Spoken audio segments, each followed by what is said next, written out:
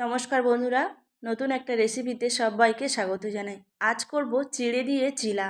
এই চিলাটা ভীষণ হেলদি, স্বাস্থ্যকর।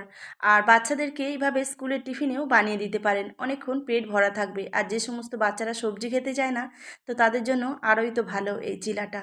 বা সকালে ব্রেকফাস্টেও বানিয়ে নিতে পারেন। তো তার জন্য নিয়েছি 1 বাটি চিড়ে। খুব ভালো করে 3-4 বার জল বদলে ধুয়ে আর 10 মিনিট রেস্টে রেখে দিতে হবে। এখানে নিয়েছি লঙ্কা কুচি, পেঁয়াজ কুচি আর 3 রকমের সবজি একদম অমলেট কাট করে কেটে নিয়েছি বটবটি, গাজর আর ক্যাপসিকাম দিয়ে দিলাম ওই চিড়ের মধ্যে। 3টে ডিম ভেঙে দিয়ে দিলাম, স্বাদ মতো লবণ দিয়েছি, হাফ চামচ গোলমরিচ গুঁড়ো আর দেবো 1 প্যাকেট ম্যাগি মশলা, যেটা হচ্ছে বাচ্চারা মুখ ফেরাতেই পারবে না, একটা ছেড়ে দুটো খেতে চাইবে। আর এখানে দিয়েছি 4 চামচ বেসন বাইন্ডিংয়ের জন্য। আর এখানে ছোট ছোট আকারে ভেজে নিতে হবে এই চিলাগুলো। তো প্যানের মধ্যে তেল দিয়ে এইভাবে ছোট ছোট চিলা তৈরি করে নিলাম। রেডি হয়ে গেল খুব স্বাস্থ্যকর এই চিলাটি। তবে দুটো খেলে কিন্তু বাচ্চাদের অনেকক্ষণ পেট ভরা থাকবে, খিদে পাবে না।